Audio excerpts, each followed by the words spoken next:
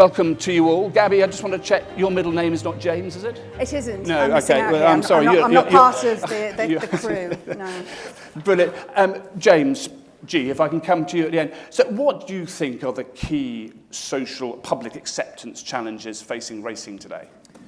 I think the surveys that have been done by racing over many years now have highlighted three significant ones, which is, some of them are outlined there, which is the negative welfare outcomes, the fatalities and the injuries that happen on race courses, what happens to the horses after they finish their racing career, what happens in retirement or their next career, and also the use of the whip. Those are the three main ones that we get told about all the time that we're working on.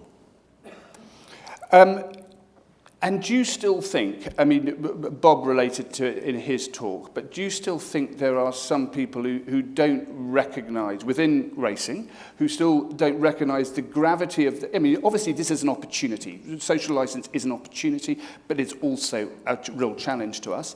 Do you think there are still people who are not convinced that we've got, and if we just stand still and do nothing, that this will pass by? I think that people are, and it depends what their involvement in the sport is. I think people who are involved in jump racing can see the threat much greater, it's a greater threat to them than flat racing. That's certainly the feedback I found in the last 4 years. I think most people in jump racing realise the threat. You know, the injury rates are higher in jumping, as people have stated earlier. Plus, and I think in the flat racing there's a sense of it's all happening over there, it doesn't happen to us yet. But I think everyone should wake up to the fact that it is happening to everyone, and I see, you know, the evidence we see so far is we've got to wake up to that and do something about it. And obviously in other sports we're seeing actually it's not just what happens on the show ring or on the race course, it's actually what happens away from the race course. How much of a focus do you think is being placed on that, and could we do better? We can always do better. How much focus, are you meaning from a regulatory point of view? Yeah. Or, yes. Increasingly so, that is something we're working towards, is a better understanding what happens away from the race course in terms of injuries and so on, and also behaviours. Not just regulating, but also engaging and trying to change behaviours. What, I think people have said this already today, what was acceptable 20 years ago to do to a horse is now not acceptable. You know, the society is moving its expectations all the time, and we have to move with that and adjust what we deem is acceptable, because society will dictate that to us if we don't do it ourselves. Yeah. So, Gabby, from your perspective, I mean, in terms of the challenges for racing, would you add anything to what James has said? It's really important to say that racing is on the journey already, and we can be pretty proud of some of the work that's already ongoing. And in my 3 years in this role, I've seen a significant shift in the openness of the industry to be more proactive on welfare communications, to put it front of strategy. You saw what we just heard from Nevin and the Jockey Club. We had the creation of the Horse Welfare Board in 2019. We had the strategy announced to Life Well Lived in 2020, which was a whole programme of work to improve equine welfare across traceability, data, aftercare and safety. That work is very much ongoing. Great support from the Racing Foundation and the Levy Board for that work. We then had the creation of National Racehorse Week in 2021. Richard Phillips, who helped us through the inspiration of Taylor Swift that we heard earlier, helped us bring that programme to life through Great British Racing. We've just done our 4th year of National Racehorse Week. And over those 4 years, we've created 50,000 free of charge places for people to come behind the scenes of racing. Those big black gates of some of those training yards were scary places. People were wondering what went on behind those gates. And actually, we can talk all we like, but the things that change people's perspectives is getting close to the amazing horses at the heart of our sport, seeing what they look like, seeing what their life is like in training, in a stud, in breeding, in the aftercare sector.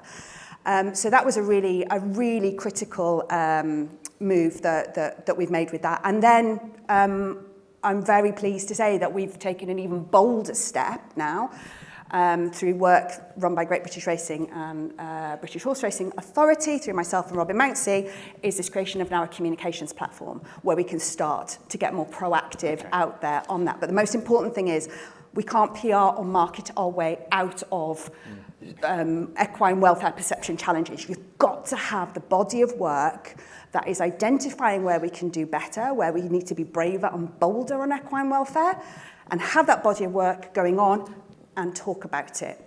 Those two things are intrinsically linked. So given that, thank you, Gabby, given that, and we'll refer to it as Bob's Curve, where is racing overall on Bob's Curve? Are we on the left-hand side doing well? Are we in crisis? Where are we?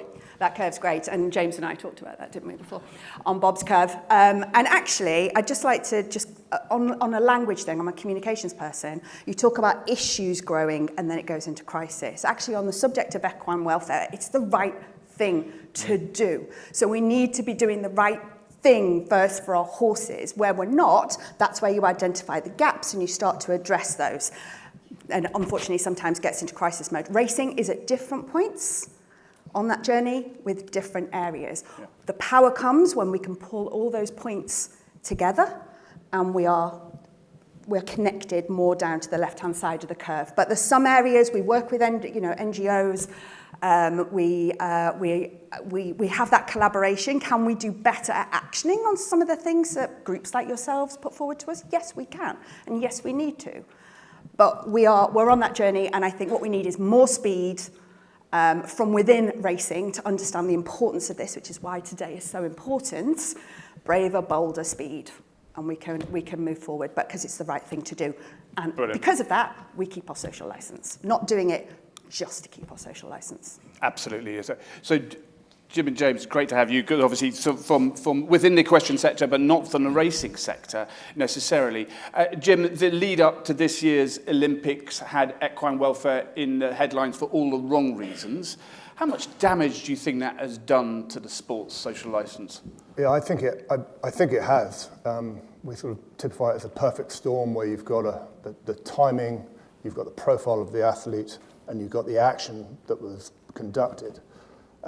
Absolutely reprehensible, shocking of the timing, and and the spike of media activity, that maelstrom for about 72 hours. The Connacht report is all about trust. And as people walk past a yard, and this goes back to your open days, walks past a yard, they won't give us the benefit of doubt because they will assume that that's the conduct that goes, which is completely wrong. When you get that trust back, actually they're pretty satisfied with what is going on. So we've got a battle to do. The dressage community, who was almost the lowest scoring because of concern on your graph earlier, had a meeting yesterday. They found themselves now in the limelight, the unpleasant limelight, and they're looking very hard at changing their rules so that training methods aren't encouraging any of that sort of behavior. That behavior stands alone. That's an anomaly, I'd like to think.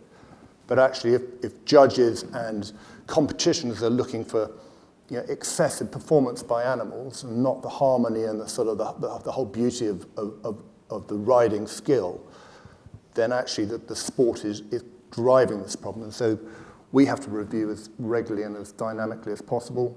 The public is changing costs, as we heard, and we've got to be ahead of that. Brilliant. And James, we know from the surveys that have been presented today, it's not just the general public audience that has concerns or is relevant to us and our social licence. There's also those who are within the sector. And recreational riding is the biggest part of our sector. How relevant are they to all of this? Well, I think they are our biggest advocates or our biggest critics. And if there are roughly 800,000 people who we would describe when we think about audiences empathetical equestrians, people who love their horses, they love being around horses, they advocate for their horses, they want to share the greatness of their horses and that feeling that we get, all of us that know that our horses. And should we not be bringing that group of people with us? They all have their social networks, they all have their friends, and it is that group of people who will either be our greatest advocates or not. And it is absolutely a collective responsibility because that group of people think about horses as horses, not race horses, not event horses, not this horse, that horse, they're horses. And James, I have to say, has been instrumental, I think, over the last few years in terms of trying to bring us much closer together. And we thank the Racing Foundation for allowing us to be part of the survey. which I think is so important, because we can move away from the anecdote of our internal perception of what we think to what the public thinks, what really matters.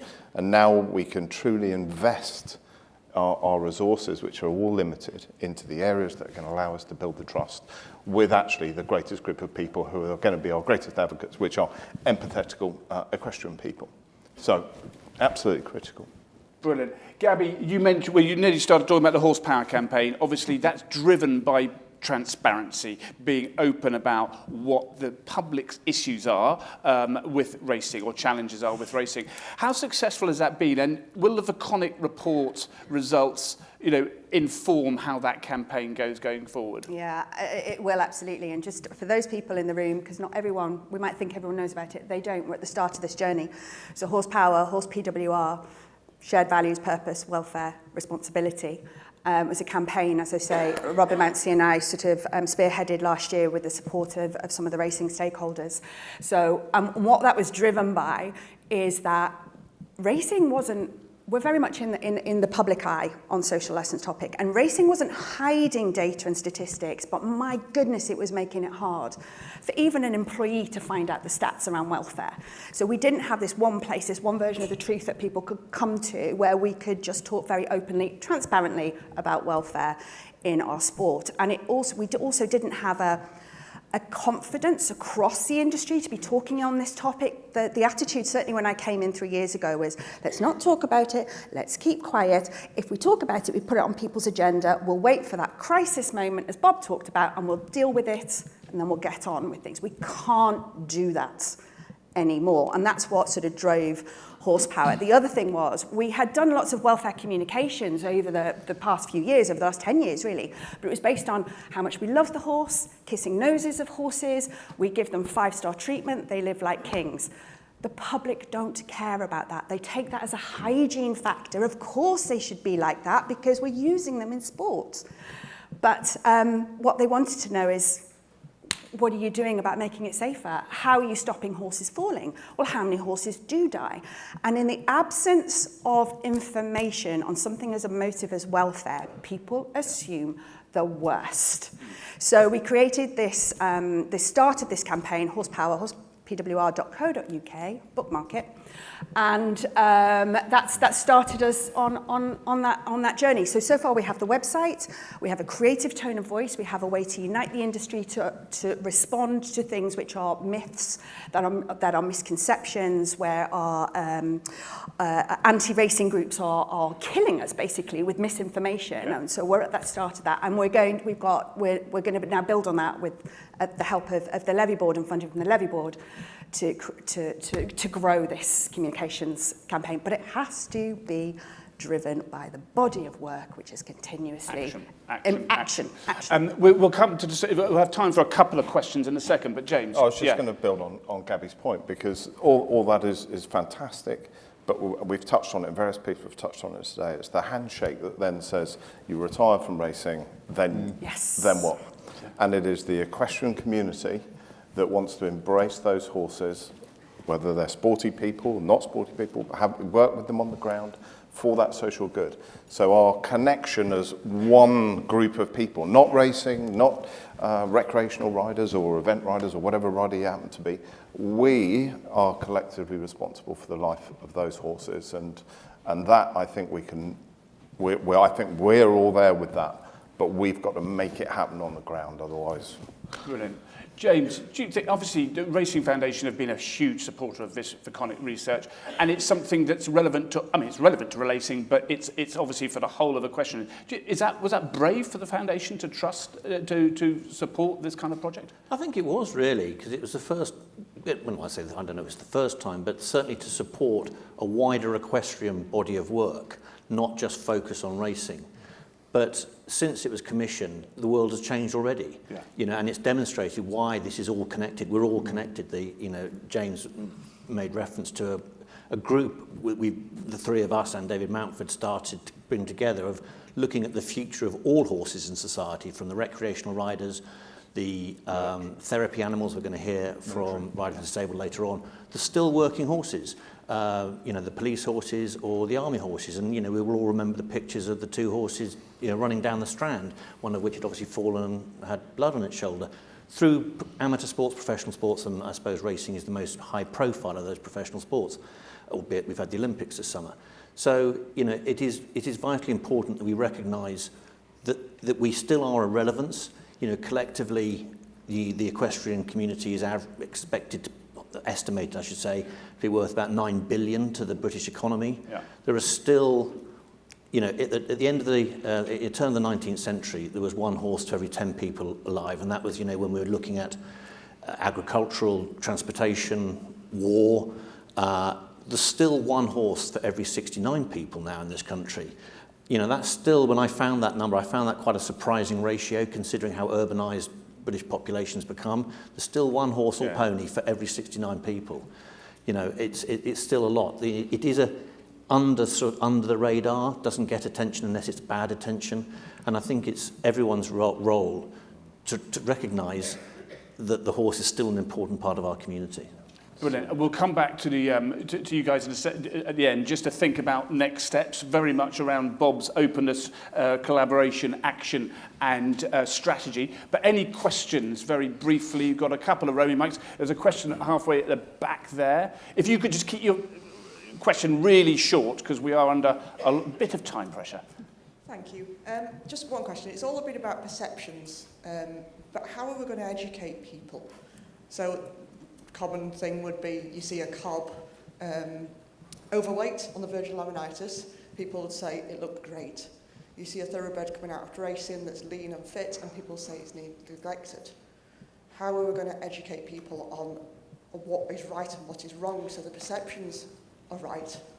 James, the British Horse Society is one of the equestrian leaders in education. Do you want to take that one? Absolutely. It's a fabulous question, and I guess we all have that collective voice to stand up for the horse and for things we do. But at the end of the day, we collectively have to help to educate ourselves to be able to become advocates to help other people, because that's really how we're going to have to try and explain that. And the positive good that cob is doing for somebody somewhere is definitely going to be happening. So we've got to talk about it, and we've got to be open about it, and it's all the points that Abby talked about, and education is at the heart of everything.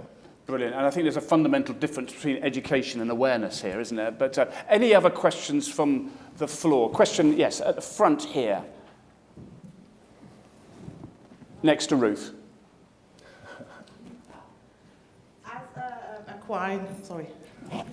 As an equine mummy, sorry, it's a bit long, but it's quite simple. As an equine mummy, what are you doing to reassure me and other equine mummies that you're changing the culture that is changing the next generation in terms of the care of the horses and the riders / jockeys? James. Again, another good question. I slightly worry about the word education. It sounds lecturing. It's almost saying you're wrong and we're right and this is why. And I think it's about, there is an element of education, but explanation. It's changing cultures, it's changing behaviours, and that's not done. There's no silver bullet to that. That happens in many small ways. There's ambitions of charters set out of this is the behaviour we expect people to live to, code of conducts, all those sorts of things. And demonstration, there's also that when people do the wrong thing, either deliberately or through ignorance, they are either sanctioned if there's a regulatory aspect to it, or given tools to do things better, to understand why that wasn't right and how they can do things better. I'm not sure if I'm really satisfying you by the look on your face, but... Brilliant. James? I think it's at the top of the pile for all the institutions here, whether it's ecology, diversity, whether it's environment, whether we're just trying to keep up, and particularly equine welfare is central. Here we are speaking about the social license. All of that comes in for us to demonstrate legitimacy and hopefully keep the sport going, keep return the shirt in a better place so when we move on, it's still there for generations to come. That's why we're here and why we're trying to move. Are we moving fast enough? I don't know, but we are trying.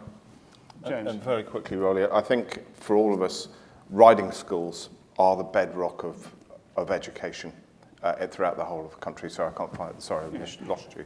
Riding schools are the bedrock. We've lost 15% of our riding schools. That's 1 million hours worth of riding education every year that we've lost. So collectively, we have got to find a way to continue to support the riding schools, because this is 80% of anybody who comes into contact with a horse comes to a riding school, and we collectively have got to make sure they're surviving. I'm sorry, we are running out of time. We're on a red clock already. So bearing in mind Bob's sort of equation of openness, collaboration, action and strategy, and the fact that what's shone through is the fact this is not just a communications exercise. This is something where we do have to move with public sentiment. James, should I come to you? Jim, I'll come to you first. In terms of where do we go from here? Trying to work out what grade we give ourselves, and I think we are sort of my standard grade, sort of a C plus B. There are some areas I think transparency we probably could do better. I think in terms of collaboration we're doing a lot better than we used to do. So I think we're heading in the right direction. But as I said before, can more be done? Yes. Resources are an issue. Time is an issue. Capacity is an issue. But this is why we're here. Fine, James. The research that we have that's been funded has allowed us, I think, to give us a framework to put investment behind, rather than anecdote and what we all think, to what's important to the public. And we're doing so much good, and we've touched on many, many things.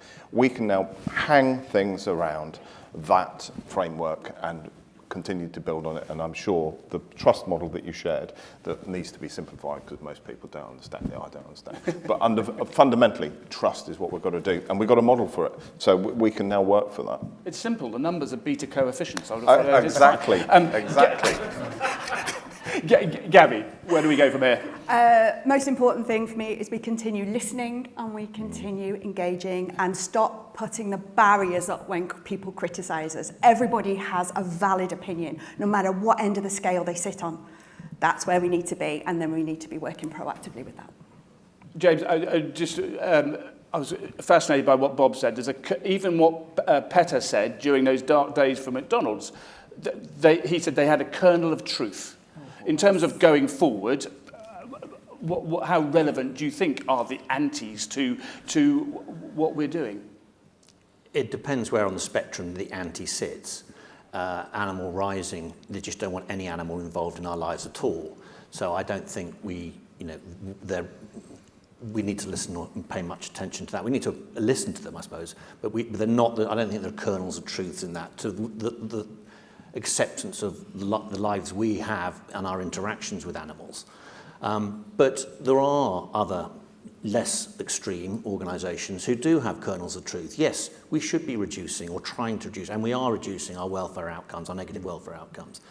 So there is bits of truth in some of the criticism that comes our way, and it's up to us to keep advocating for those changes. There is a reluctance to accept some of these transparency issues, how we have to be more transparent.